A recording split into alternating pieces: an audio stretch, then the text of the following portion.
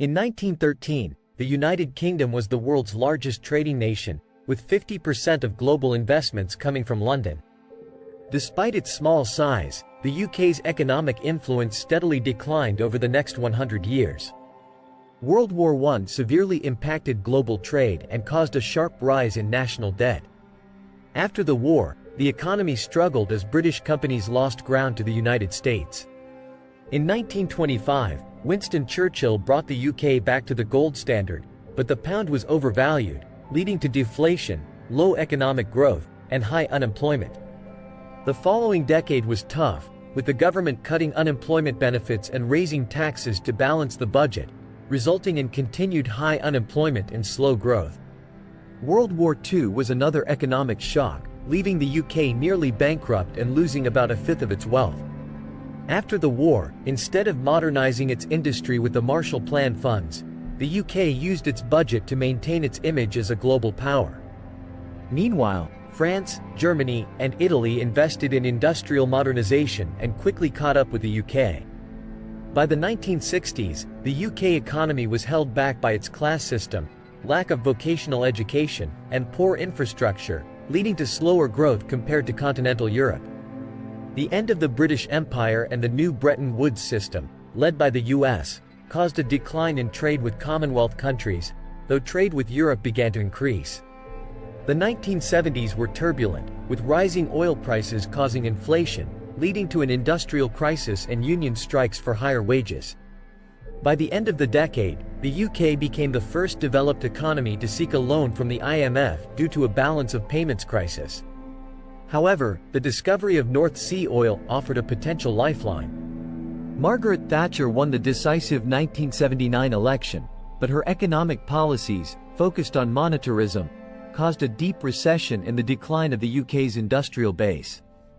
Unemployment soared, and manufacturing never fully recovered. The 1980s saw growing inequality and a shift towards a service-based economy, increasingly centered in London, with prosperity concentrated in the southeast while northern regions lagged behind. The UK's average GDP per person fell behind, becoming lower than in all regions of the US and the Netherlands. Even the North Sea oil boom had mixed results, temporarily boosting the pound but harming exports and manufacturing. Margaret Thatcher lowered taxes, especially for the wealthy, and supported the EU's single market, which removed tariffs and barriers in European trade. Her radical economic policies led to 4% annual growth by the late 1980s, and house prices rose by 35% in 1 year. In the early 2000s, the UK experienced an economic boom and bust, not due to a miracle but because of an economic bubble. Higher interest rates led to a recession, and the UK left the European exchange rate mechanism on Black Wednesday, devaluing the pound, which then led to the longest period of economic growth in its history. However, there were doubts about joining the euro. In 1997, the new Labour government inherited a strong economy with low inflation, low debt, and positive growth. But this stability was misleading, as complex financial derivatives helped create one of the biggest asset bubbles in history, which burst in 2008, causing a credit crisis. Tax revenue and GDP fell much more than in other countries, the pound dropped 30%, and the budget deficit soared. Before the 2010 election, David Cameron and George Osborne used the crisis to tackle debt, leading to a new era of austerity.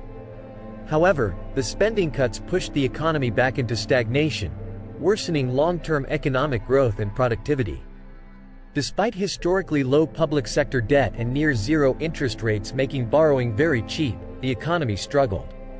Immigration hit record levels, and in 2016, the UK voted to leave the EU.